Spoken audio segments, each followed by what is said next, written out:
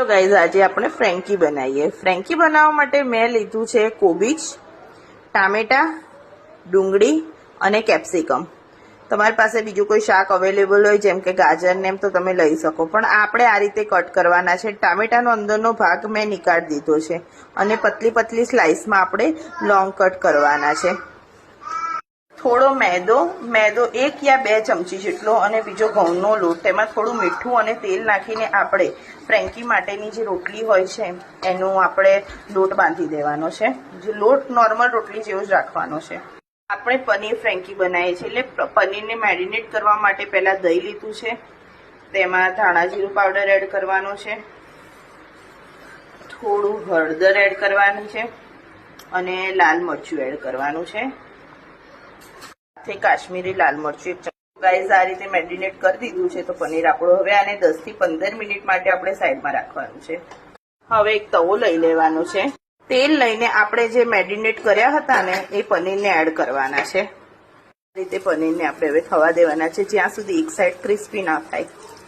જો ગાઈઝ પનીર આપણે કંઈક આ રીતે ક્રિસ્પી થઈ ગયું છે. આ તવાની અંદર આપણે થોડા શાક છે ને એમાંથી હાફ શાકને થોડા ફ્રાય કરી લઈશું.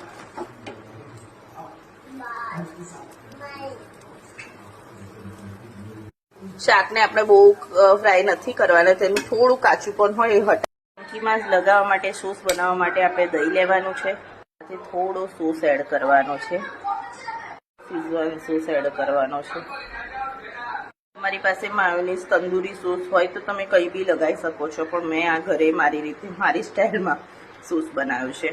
રોટલી કરતાં થોડી મોટી અને થોડી પતલી આપણે એક રોટલી વણી લેવાની છે. રોટલીને હવે આખી આપણે શેકી દેવાની નથી, થોડી આ રીતે રાખવાની છે. એક સાઈડથી થોડી શેકવાની છે, એક સાઈડથી થોડી રાખવાની છે કાચી. હવે આપણે બનાવેલ પેસ્ટ અંદર લગાવવાની છે. પછી જે પનીરની ફિલિંગ હતી એ ફિલ કરીશું આપણે.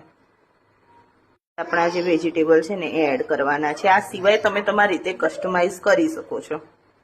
ત્યારબાદ આ રીતે આપણે એને ફોલ્ડ કરી લેવાનો છે અને હવે આપણે તવામાં એને શેકવાનો છે. આપણો આ રીતે જો શેકાઈને રેડી છે, બંને સાઈડથી સારો એવો ક્રિસ્પી કરવાનો છે. આને તમે સોસ સાથે બી ખાઈ શકો અથવા તમે એમ બી ખાશો ને તો બહુ ટેસ્ટી અને બહુ સારી રીતે બન્યું છે. તમે એકવાર મારી સ્ટાઇલથી ફ્રેન્કી ટ્રાય કરજો. Thank you. મારે કેવું બન્યું છે? ભાવ્યું તને? મારા ભાઈને આપણે પૂછીએ કે ફ્રેન્કી કેવી લાગી, કેવી બની છે?